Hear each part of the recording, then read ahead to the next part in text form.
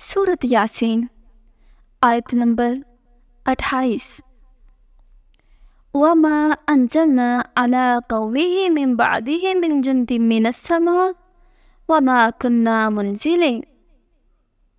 وَمَا أَنزَلْنَا، اور نہیں ہم نے نازل کیا، عَلَىٰ قَوْمِهِ، اس قوم پر، من بعدہ، اس کے بعد، من جند من السماء، آسمان سے کوئی لشکر، وما کننا، اور نہ ہی تھے ہم، منزلین، نازل کرنے والے۔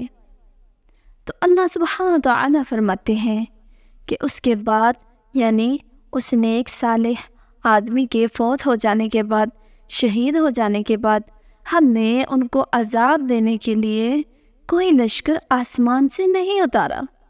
کیوں؟ کیونکہ وہ سارے مل کر بھی اللہ کے سامنے کوئی قوت نہ رکھتے تھے۔ ان کانت الا صیحۃ واحدہ، نہیں تھی وہ مگر صیحۃ واحدہ، ایک ہی چیخ تھی، فَإِذَا هُمْ خَامِدُونَ، تو اچانک وہ بجھ جانے والے تھے۔ خامدون، خامد کی جمع ہے، خمود سے ہے، اور خمود کہتے ہیں آگ کا ٹھنڈا ہونا، شعلوں کا بجھ جانا، چنگاریوں کا ختم ہو جانا۔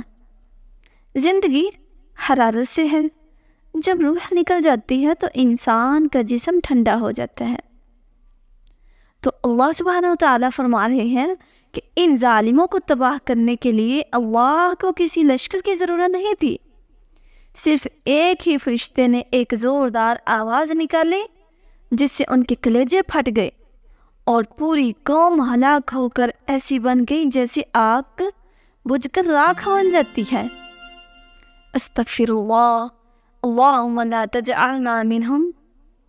یا حسرتاً علی العباد، ہائے افسوس بندوں کے حال پر، ما یأتیہم من رسول، کہ جب بھی ان کے پاس کوئی پیغمبر آتا ہے، الا کانوا بہ یستہزئون، مگر وہ اس پیغمبر کا مذاق اڑاتے ہیں۔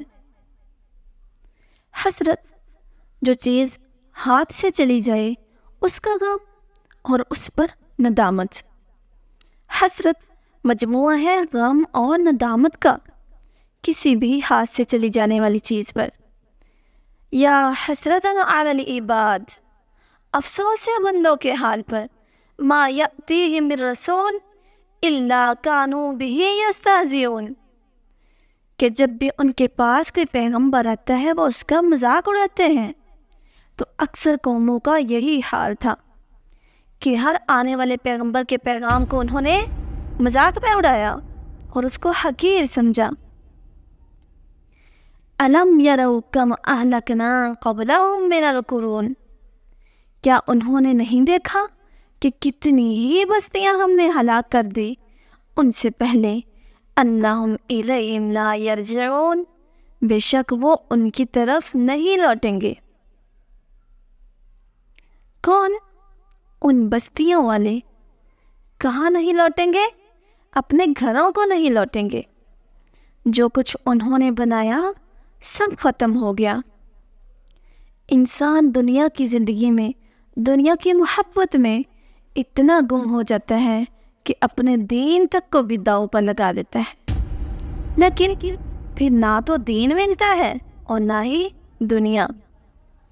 وَإِن كُلٌّ لَمَّا جَمِيعٌ لَدَيْنَا مُحْضَرُونَ، وَإِن، اور نہیں، کُلٌّ، سب کے سب، لما، مگر، جمیع لدینا، سارے کے سارے ہمارے پاس، محضرون، حاضر کیے جانے والے ہیں۔ کب؟ کہاں؟ کیسے حاضر کیے جائیں گے؟ حشر کے دن، اور اس وقت کوئی بھی ان کو چھڑا نہیں سکے گا، ان کو بچا نہ سکے گا۔ وہ دولت جو انہوں نے دنیا میں اکٹھی کی، وہ فائدے جو اللہ رب العزت کی مخالفت کر کے حاصل کیے، وہ سب پیچھے رہ جائیں گے۔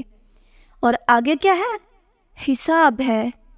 دنیا میں جب انسان اللہ کے دین کی دعوت دیتا ہے نا، تو اسے ڈر ہوتا ہے کہ اسے سب چھوڑ دیں گے،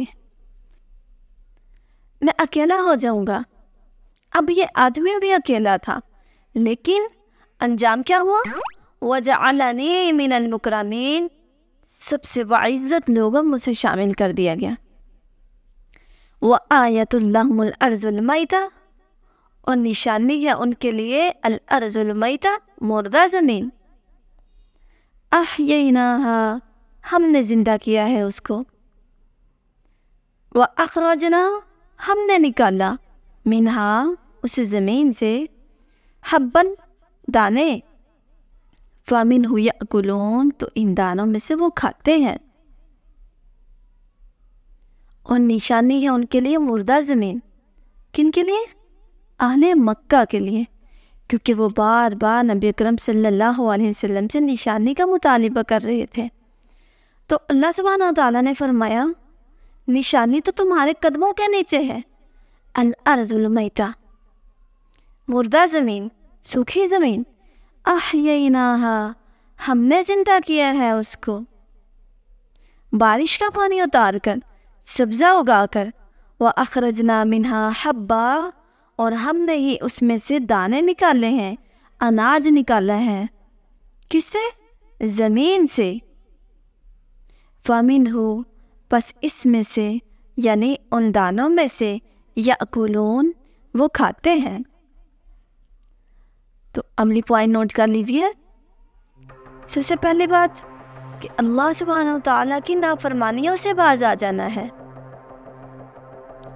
پہلی قوموں کے واقعات سے عبرت حاصل کرنی ہے، اور اللہ سبحانہ وتعالیٰ سے سچی توبہ کرنی ہے، آخرت کی تیاری کرنی ہے، اللہ سبحانہ وتعالیٰ کی نشانیوں پر غور کر کے شکر گزار بننا ہے۔ وما علینا الا البلاغ المبین۔ جزاکم اللہ۔ السلام علیکم ورحمۃ اللہ وبرکاتہ۔